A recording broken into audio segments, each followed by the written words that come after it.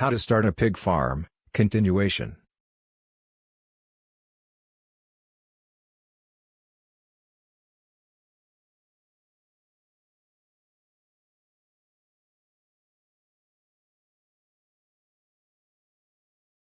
Pigs are produced outdoors or indoors, with outdoor production the lower cost option for new pig farmers.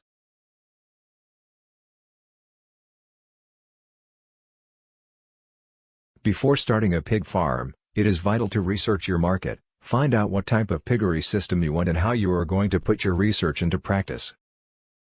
After researching the farming system, research your target market, types of pigs, herd performance, estimated sales. After that, you will then have to research how you are going to start the business. Are you buying an existing business or start one from scratch? Estimate demand. Make an estimate of the type and number of customers who might buy your products to ensure that your pig unit is as successful as possible. This is particularly important if you are looking to add value to the animals you produce by selling directly to the public. You may find that a large proportion of your sales will be trade sales. Your trade customers may include national supermarket chains and other large food retailers, meat processors and abattoirs, retailers and caterers. You might find that joining a producer group or cooperative is the most effective way for you to sell to large organizations. If you plan to sell direct to members of the public, either through your own outlet, at a farmer's market or in some other way, try to establish if there is enough demand in your area for meat sold in this way. If you are planning to sell a large proportion of your produce through local retailers and catering outlets, consider carrying out a survey of those businesses to find out what sector of the market you should aim for. Talk to prospective customers to establish the type of produce that is popular. For example, you may find that some cuts of meat are more commonly purchased and that added value items, such as joints ready for cooking prepared with herbs or a marinade, sell very well. An example of this is pulled pork, which has captured the public's imagination.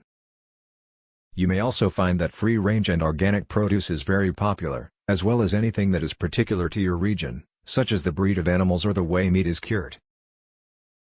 There are two main types of pig farming in Ghana: indoor production and outdoor production.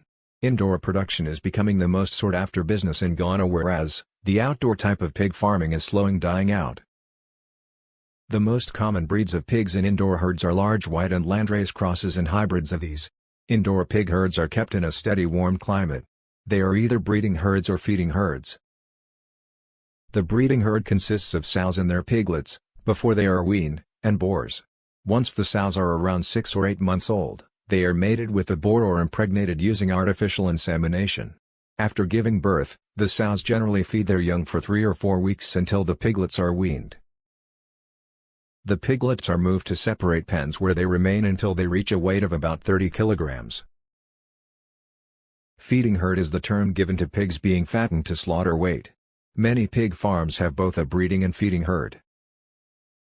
On a farm with both types of herd, the piglets that have reached around 30 kilograms, known as weaners, are moved to rearing pens until they reach their slaughter weight of around 90 kilograms. Outdoor herds are still in the minority in the UK, but numbers have grown rapidly in recent years. As outdoor pig farming tends to be less intensive, it requires less capital investment, so is attractive to people starting up. Outdoor pigs are generally part Duroc, a breed that is hardy enough to withstand fluctuations in weather conditions and temperatures. In outdoor herds, the sows are typically housed in corrugated huts, known as arks, and have field access.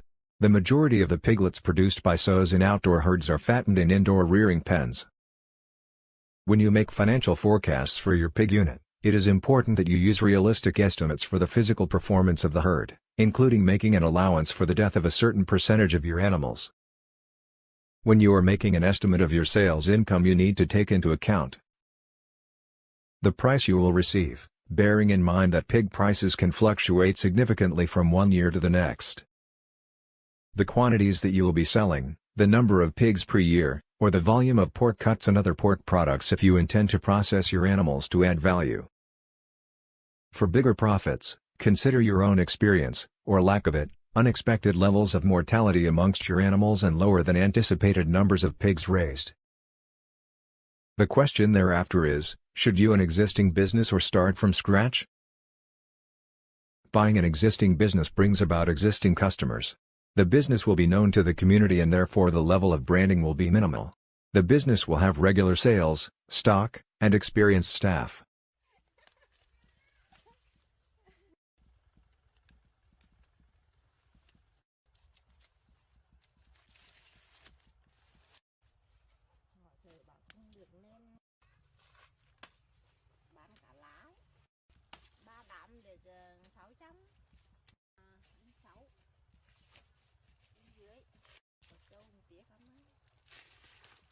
But before you buy, you need to try and establish why the business is for sale. For example, is the owner keen to retire or is there another personal reason for selling up? Are the animals deceased and dying off?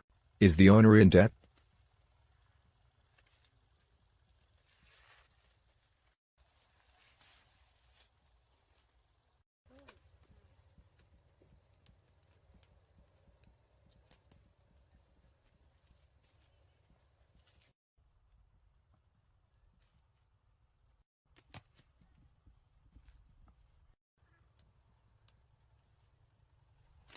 In recent years, many small pig farmers have left the industry as they have found it increasingly difficult to break even.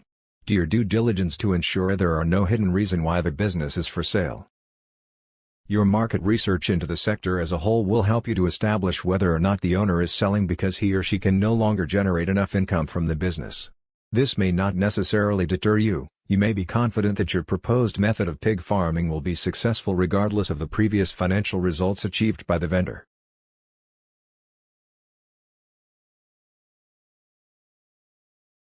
But buying a business can be a hazardous, expensive process unless you have the right skills and experience on your team, including legal and financial know-how. Establish a genuine trading and financial position, so that the price you pay for the business is not too high.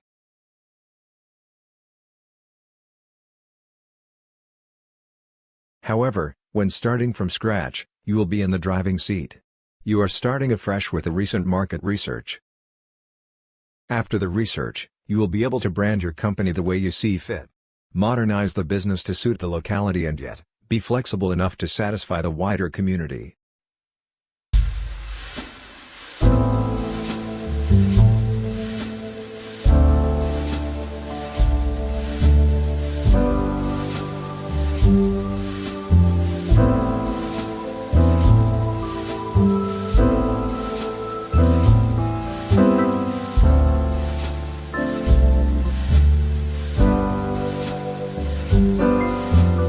Although you may lack experience due to the company being new, you can employ an experienced worker that will guide you weather the storm as the business grows.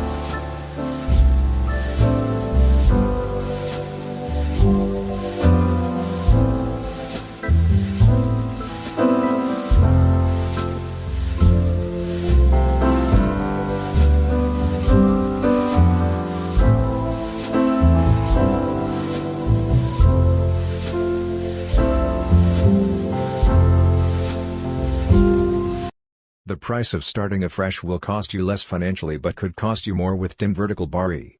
It may take you time to build the business up and running. It may take you time to find buyers and brand yourself. Thank you for watching. Please do not forget to subscribe, like and share the video. See you in my next video.